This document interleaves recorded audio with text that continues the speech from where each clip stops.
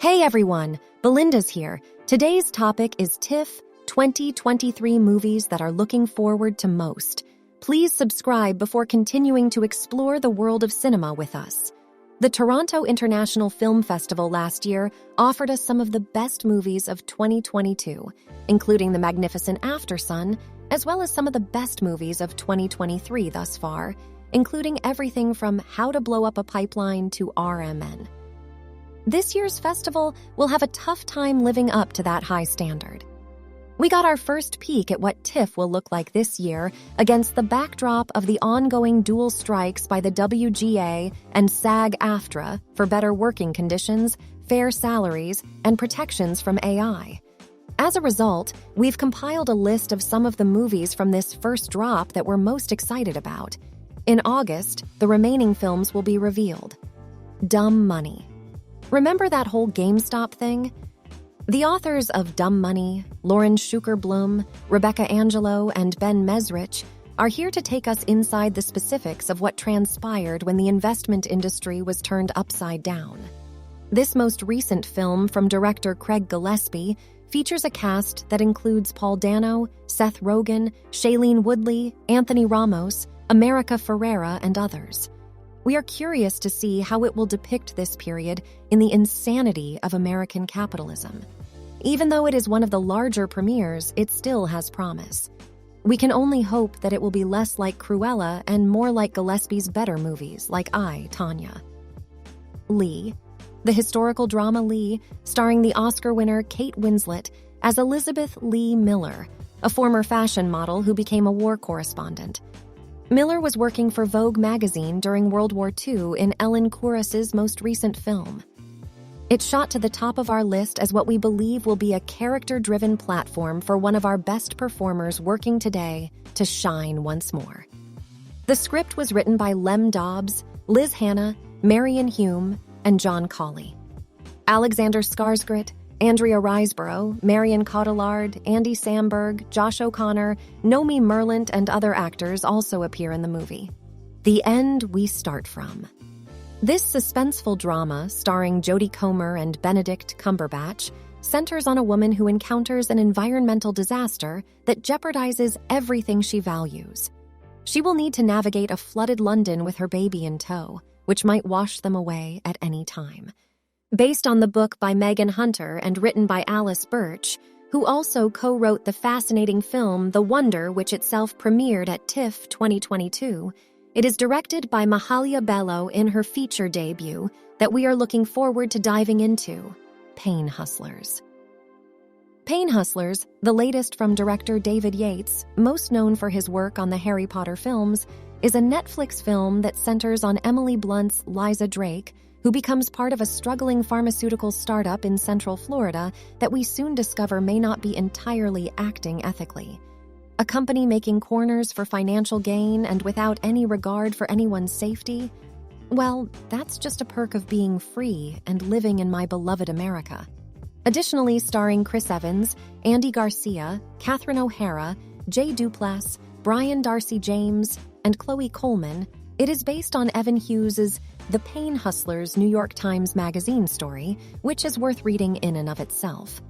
We can only hope that some benefits outweigh the agony. Seven Veils. Though we had already known a bit ago that Seven Veils, the latest collaboration between writer-director Adam Egoyan and Amanda Seyfried, was coming to TIFF before today's most recent announcement, we still remain quite interested in this one. A drama about a young theater director named Janine Seyfried, as she tries to put on the work that was her mentor's most famous, the opera Samoa, she becomes troubled by her own traumas that come rushing into the present. While further details are few and far between, what is always clear is that Seyfried is a performer worth seeking out any film for alone. Anatomy of a Fall.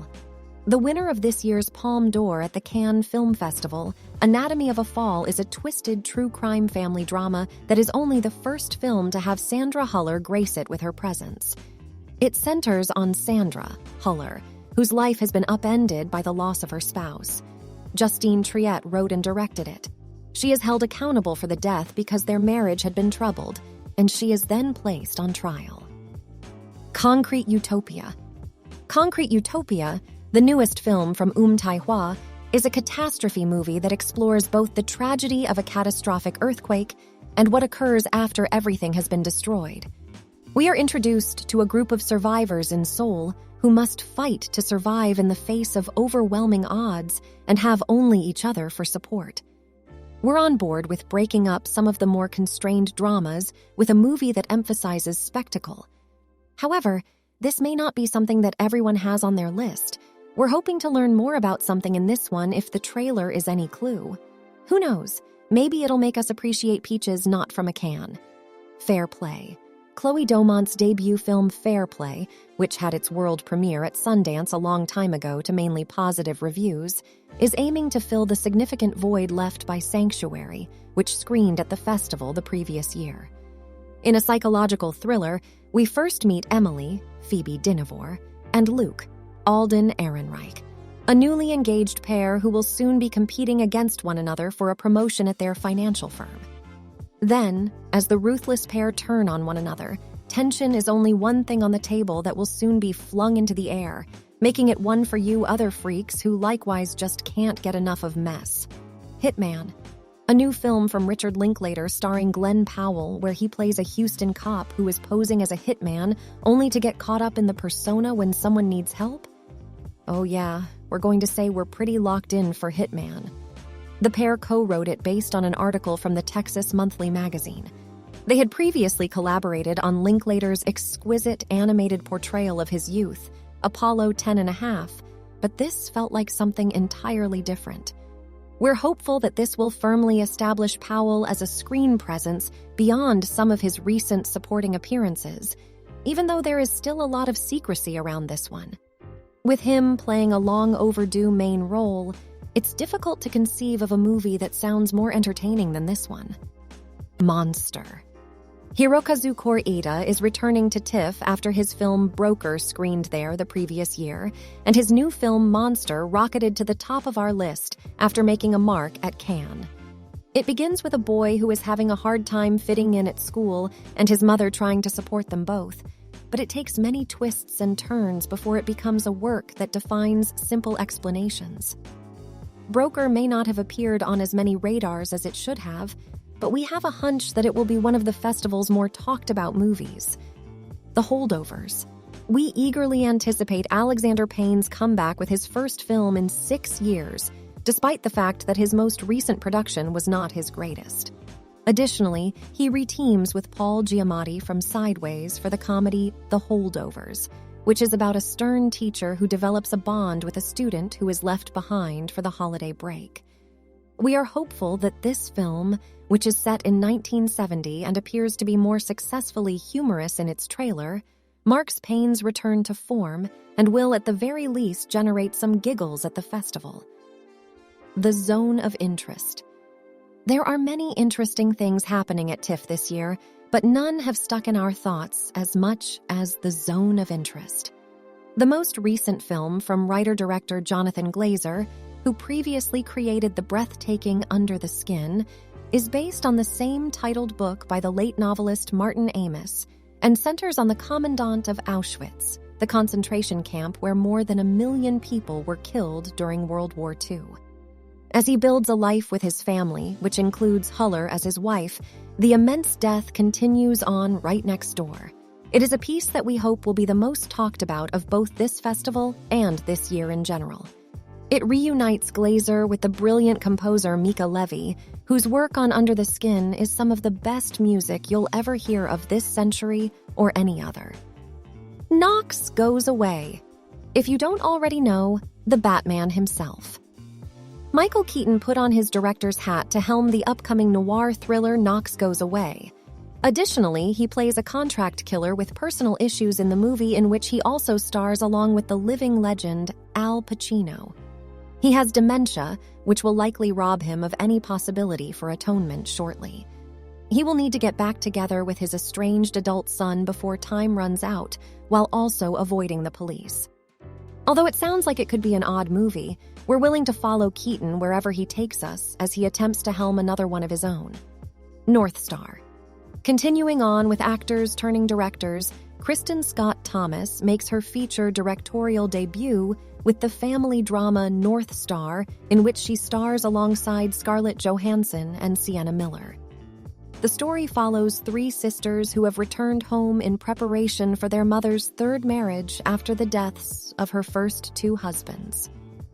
The usually joyous event is thus overshadowed by the urgent necessity to deal with each other's pasts as an uncertain future keeps knocking.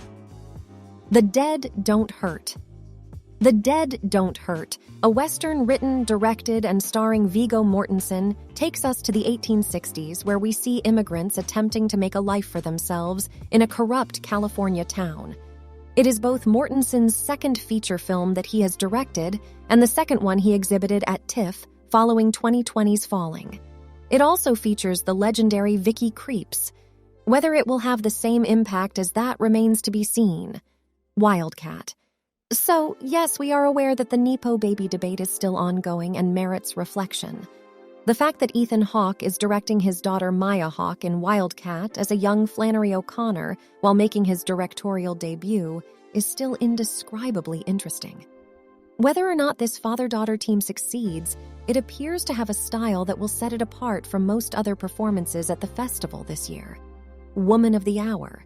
The film Woman of the Hour, in which Anna Kendrick also stars and makes her directorial debut, is last but certainly not least.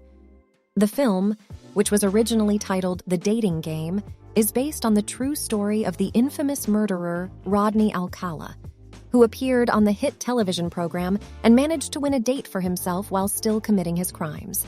You are aware, as one is.